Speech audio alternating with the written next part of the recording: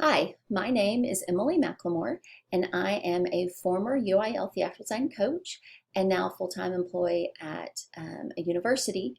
And so I wanted to take a few minutes and tell you about theatrical design from a coach's perspective and how to get a team started.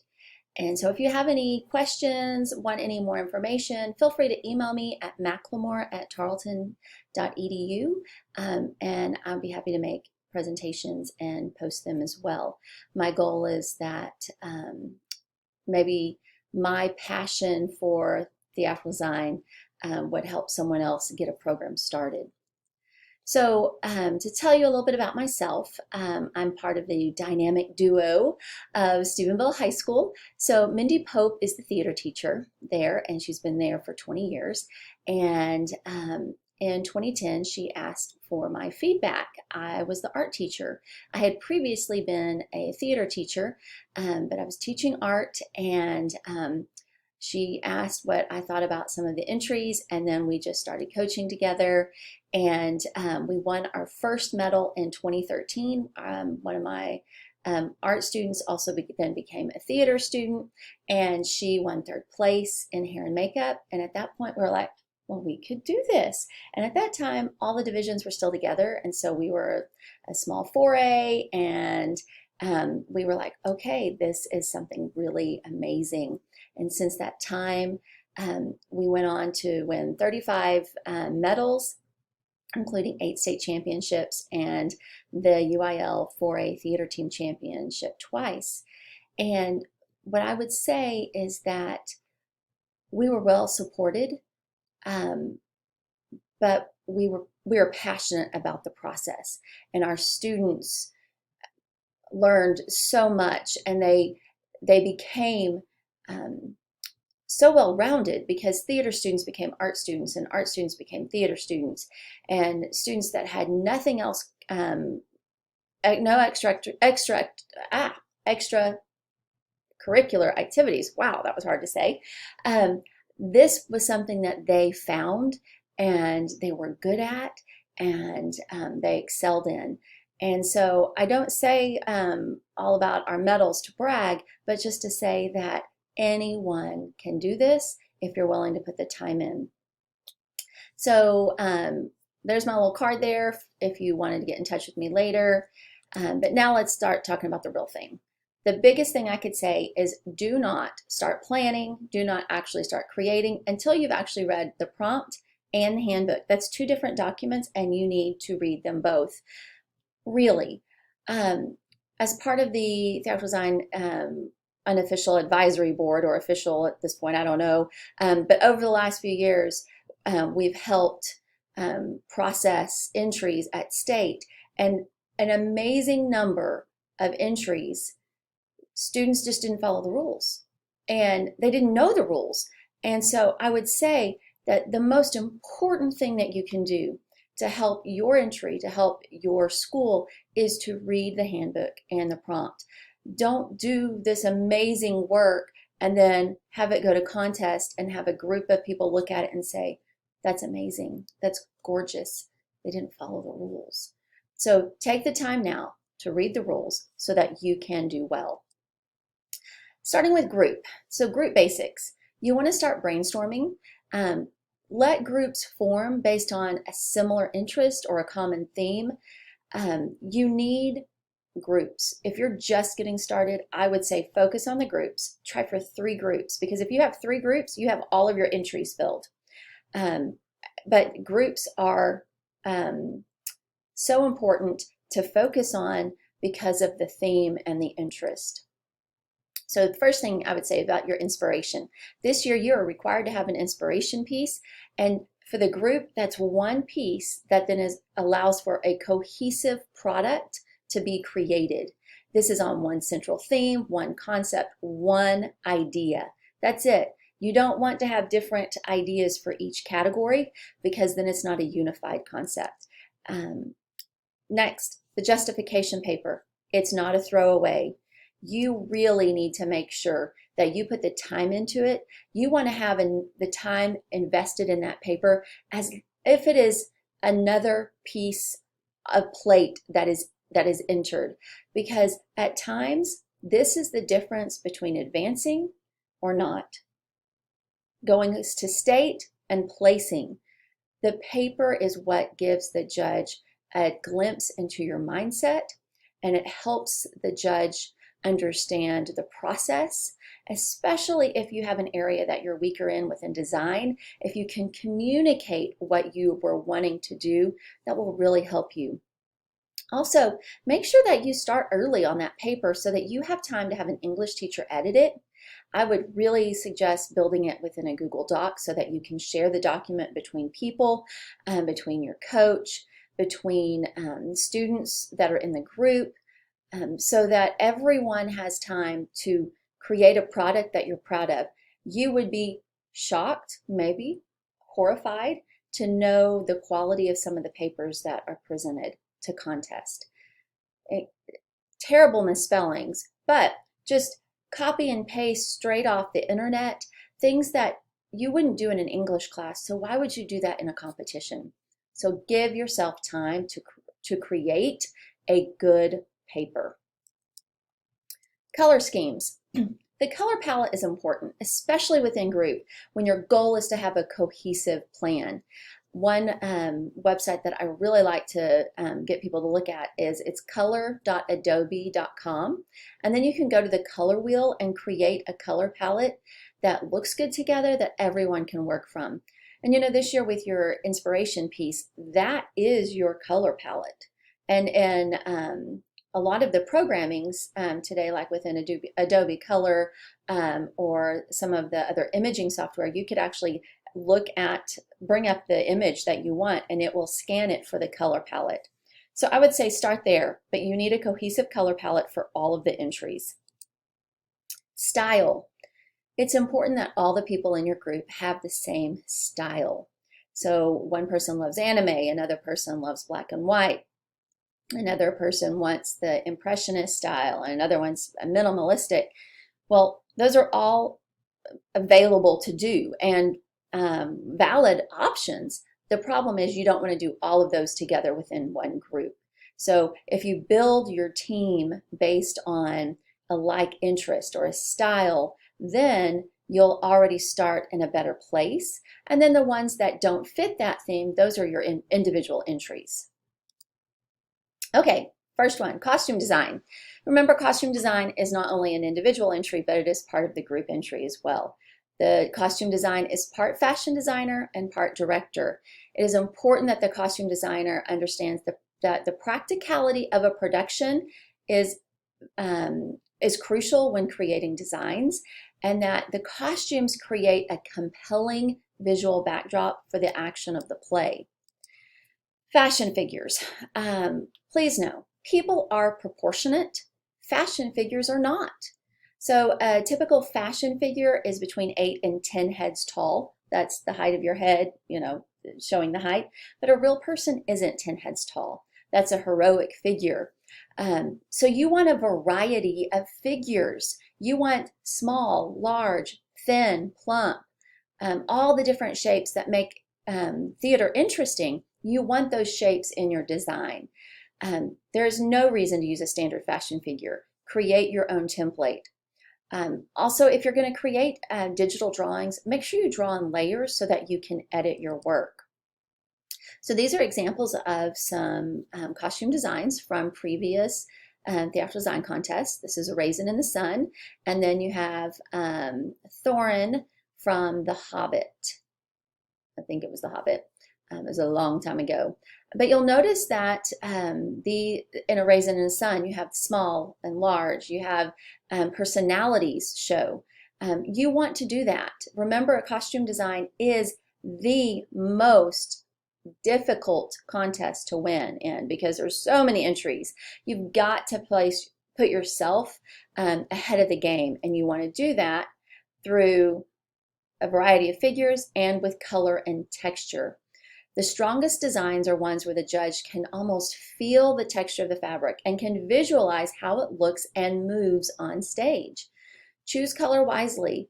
While you need to know the stereotypical colors, the reds and what red means and what blue means and all that, you also want to be cognizant of how it looks on stage. Because yellow is beautiful and bright and sunny and happy, it is not a great color on a lot of people. So these are two examples from actual entries as well. So Gandalf is wearing a silver suit. You can almost see how it would come off the light on the stage. And then you have Orgon from Tartuffe and his suit, and the textures there, how the colors blend together and work off each other. And look, you need to know your color theory. Even a very simple bit of color theory will help you when you're designing costumes. Swatches. Swatches are important. Swatches allow you to see how the colors, textures, and patterns will look together. They let you change things out within your project without having to redo the entire thing. Then swatches bring that up close and personal vibe to an entry. So some of the pieces require swatches and some have optional. I say swatch everything because you really should be swatching everything as you're working anyway. So these are some examples of swatches. These are just taken off the internet, but you can see how well the color, the feel, it makes you want to reach out and touch it. That's what you want. That's good costume design. You want your judges to want to feel the swatch of fabric. And then variety. You need to showcase a variety of styles. You want your abilities to be seen. And so the standard fashion figure doesn't allow for character creation. It's just clothing design. So you want to do something that sets yourself apart. So this picture here shows the fashion design. They're all very thin, elongated figures. And then you have a costume design where the character is part of the design. And while no, you're not going to be creating immersive characterization, you do want to show a little bit of the personality of the character. You want to show that you understand the play that you're designing for. Okay, set design. There's traditional, digital, and 3D. Set design is about the environment. You are creating an environment that you want people to come to. So the thing to remember is that you're setting the stage. This is an immersive environment. You must know the play really well in order to design a set for the play. Where are the characters coming from? Where are they going to? What is the playwright demand of the set? Some playwrights say everything happens in one spot. Some playwrights want the set to change multiple times. You need to know what the playwright is asking for. Okay, renderings. A quality rendering has precision, it's clean, and it's crisp. It doesn't matter if it is a traditional drawing, if you're doing a digital drawing or making a model. You need to have crisp, clean lines, and the photos need to show the quality of your work. So these are the examples of the 3 different styles. So the top one is a traditional rendering. That is actually a double rendering because the top layer is a traditional drawn rendering and the back is a digital rendering because that student, he created his digitally and then made it into a video so that you could actually walk through it, and then he drew it as well. The rendering that has the red proscenium, that is completely digital. That was done in Google SketchUp, which is a free software. And then this last one over here is a 3D model that is part Lego, part paper, part plastic tablecloth. That is, I'll just say it was an incredibly fun one to watch come together. My daughter made that last year, and it was still in the final works when it went to the February contest, and there were so many things that she wanted to still do to it, but we were like, oh, we have time. And you know what? That's something I would say is send in the work in February that you're willing to have seen at state, because in these years you just never know. And I think a lot of us got lax because we're like, as long as we do the work up here, we know that it will advance. And then we can do the finished work. Well, we didn't get to do the finished work. But I will say a thing about Legos. You know that Legos are a really great thing to work with in a scaled model because of the little 1 blocks, the 2 blocks, 3 blocks, 4 blocks, that type of thing, and it's clean. I'm not a big 3D set kind of person, and this one worked really well. That set was part of our state champion group entry this last year. Okay, and variety. I know variety is my key for set, for all pieces. But for set, you want to remember that a director is going to use the set that you create to make the show interesting. Variety is crucial. You have to have multiple levels. You have to have places for people to go in and come out. Remember that you want to act through the set, so instead of just acting in front of a set. So as you're creating, remember, ask yourself, can someone walk through this, in, around, over, and under? And if not, you do not have enough variety. These are some examples of some amazing sets that show variety of height, of color, of texture. All of those amazing principles are in use in these. And the ground plan, the forgotten piece by many, many students. The ground plan is an important piece. In reality, the ground plan is the difference between a design and the implementation. Without an accurate ground plan, the design would never happen, because the ground plan is the scale model that says, or the scale drawing that says, this is where this piece goes and this is how it is to be built. So do not wait to the last minute. You want your ground plan to be drawn neatly. It can be done digitally.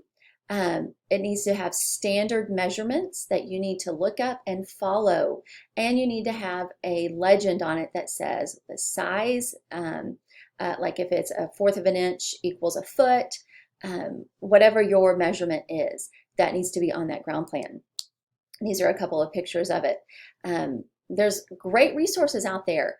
But as a set judge, I would say that that is the piece that is a difference maker for so many people, is that they may have some good ideas that they put on paper, they've talked about, they maybe even drawn something that's pretty good, and then they just blow it on the drawing, on the ground plan. So don't wait till the last minute. Give yourself time to create a good ground plan so that you can be ahead of the game. All right, marketing. Your goal is simple. You want people to come to your show, but the creation of the marketing plan is not simple, and it's a lot of work. So plan, prepare, and then get to it. Marketing is about a central image. When you were designing, you want something that says, this is what this show is about. It's not necessarily the logo, like a McDonald's logo kind of thing, but you're saying it's the brand image that says, this is why you're coming to this show. This is what it is. It's the vibe. So here are some examples that I just pulled off the internet. Each one of these tells you something about the show, about the feel of it, the color, all of the textures, the colors, all of those principles of design and elements of art, once again, are here within that. No hand-drawn words. Do not hand draw in marketing. A hand-drawn font is very, very difficult to edit, to use within a digital platform. So unless you are a master, a whiz, or a professional, you need to use a digital format. There are so many great digital softwares. You can use Photoshop, you can use Canva, you can use Google Slides. There is no reason to create a hand-drawn poster. It's so unprofessional at this point of time. Don't do it. If you have to, if you just cannot stand not doing something hand-drawn, then hand draw the title, but do not hand draw information that is needed to purchase tickets or to actually go see a show. So this is an example. I mean, in the Into the Woods example here, I mean, this was a second, third place in state piece. She did fantastic with it, but you'll notice that while some of the stuff is hand-drawn, the date is not hand-drawn, and the date pops while the text is falling back. So just remember that for ease of readability, you want a consistent font. And in order to have a consistent font, a consistent image, you need to use a digital font. All right, the poster. Check the handbook for the correct information for the poster. Whoops, go back. There we go. The handbook says specifically when the show is, what you have to have on it for playwright. This year, the musical composer has to be on it. There's so much information within the handbook and the prompt that is for the poster. You don't get to make that up. I'm always shocked at how many entries make it to that are the school's entries, and they have random information on that the student just decided, like their own show, their own dates. Clearly those entries don't advance. So don't do that to yourself. Don't waste your time creating something that is not usable. Read the handbook and the prompt first, because that is absolutely the biggest mistake in marketing, is to not follow the instructions. Marketing is about details, and you want those details right. Okay, so these are some examples of professional posters. There are so many websites now, so you really want to do that. Don't just stick with, well, I can do this in Microsoft Word. Your goal is to have a professional looking product. All right, then the rest of the story. Marketing is more than just a poster. Even if you have the best poster, without the rest of the entry, you will not advance. So for marketing, you also have to have the marketing calendar, and you have to have the program, and I don't even remember what else you have to have this year. But marketing is so much more than just a poster. So make sure you take the time to read the handbook and take care of that. All right, last area is makeup and hair. The process of creating hair and makeup is amazing, but it can be very time consuming. Plan ahead, because so many of the creations that you make are not going to be based off the very first initial application. It takes more than one try to get what you really want. So the first thing is you want to do is you want to find a model, and that can be hard, especially when you have to have, like this year, you have to have 2 men and then 1 woman, and then maybe someone else. I don't remember. Or I guess it's, you have to have Cervantes, whatever. But you have to have men, and sometimes that's hard to get. You can do the applications on yourself. We had a student who did all of the applications on herself for Charlie and the Chocolate Factory, and she won second, I think, that year. And so it totally can be done. It's just hard. You can even use a styrofoam head, like for the wig head. You could do that, but you need a 3-dimensional object in order to make it into a face. Some applications are hard to create on a female face if it's supposed to be a male face. So just keep that in mind. You want young and old. You need variety. So if you're going to use your own face, figure out how to make it not look just like your face in every single application and photograph. So here's some examples of designs from previous years. Tartuffe, and then Into the Woods, and I don't even know what the other one is at this point. But I would say the thing to remember here is that variety, once again, is so important. Hair is part of the process.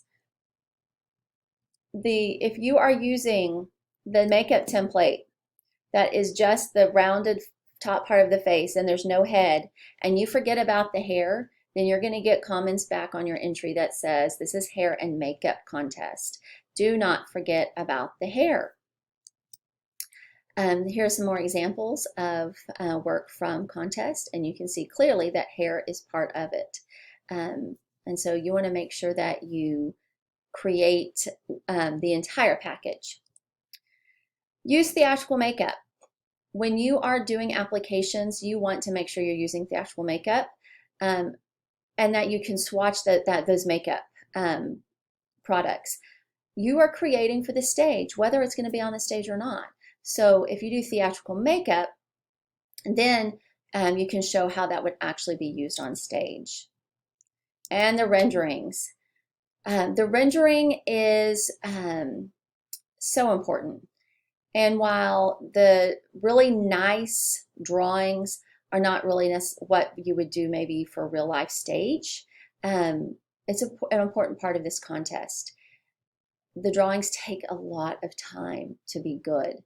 You can do this traditionally. You can draw them digitally, but the rendering is the showcase of your application. So here's a couple of examples from previous work. The one that's fuzzy is just off the winning showcase from a few years ago, but it was beautiful watercolor work. So you can do truly any medium that you're comfortable with. And so here are my final thoughts, because I know this has gone long. First, the work you upload in February should be good enough for your state entry. While yes, hopefully you'll be able to change things and fix things for state, you just never know. So make it good from the start. Double check everything and reread the rules. The little things are big things when it comes to finishing in the top 6. Start early, really early. Try to have the first draft of all parts complete by January 1st. And I would say from experience, I would tell you this. Mindy and I, we had our students working almost 365 days a year on this contest. As soon as the show was announced in May, the students would have access to it and start reading it over the summer. Some would even start creating ideas and drawings. And then as soon as the prompt came out, they would get to work. And then in December, everything was due, because we would have between 15 and 20 students turn in work. And then from there, we would decide who would be the ones that would be entered in February. And then at that point, many students would recreate all the pieces so that they were more competitive. And then they would turn them in February. And then as soon as that was done, they really started continuing to work, hoping that they would make it to state. And then they worked until we went to state and put up the actual plates. And so it is a long process, so worth it, but it is truly a long process. You want to document everything. As you're researching, copy and paste those URLs, because you're going to need them later. It's a lot easier to document as you go than to go back and find it. Don't use oil pastels or crayons. Please don't. This is art teacher talking to you. Don't do that. They smudge, they're messy, they get on things. You cannot get precise lines. Yes, I know some people have won with them in the past, but I'm just telling you, because I love you, don't do it. Don't do it. If you want to use colored pencils, yes, do that. Don't buy Rose Art, don't buy Crayola color pencils. Get good color pencils. If you want to use markers, just get a marker that blends. It doesn't have to be a fancy marker. It can be, but you need a marker that blends. And there's a lot of marker brands that do blend now and that have companion colors for highlights and darks. Don't outline everything. People aren't outlined in real life, so don't do it in your work. Outlines need to be used for emphasis and special effects, and that's it. And then the handbook, if the handbook says that the plate is 10 by 15, make it 10 by 15. Don't go over. Follow the rules. Keep everything within your plates. And that's it. I know that's a whole lot of information, and we're at 28 minutes, and I really wanted it to be like a 5-minute video. But I would say, bottom line, it's worth it. For students that have no voice, have no place that they call home, this contest is that place. I look forward to seeing your work. I know I'm going to miss it because I already do. But I hope that in the future I'll get to see your work at state, and I'll cheer you on. And in the meantime, send me your ideas for presentations, and I'll send them out, since we didn't have a face-to-face conference this year. But I'm here cheering you on, both coaches and students, and know that you're going to do fantastic work this year.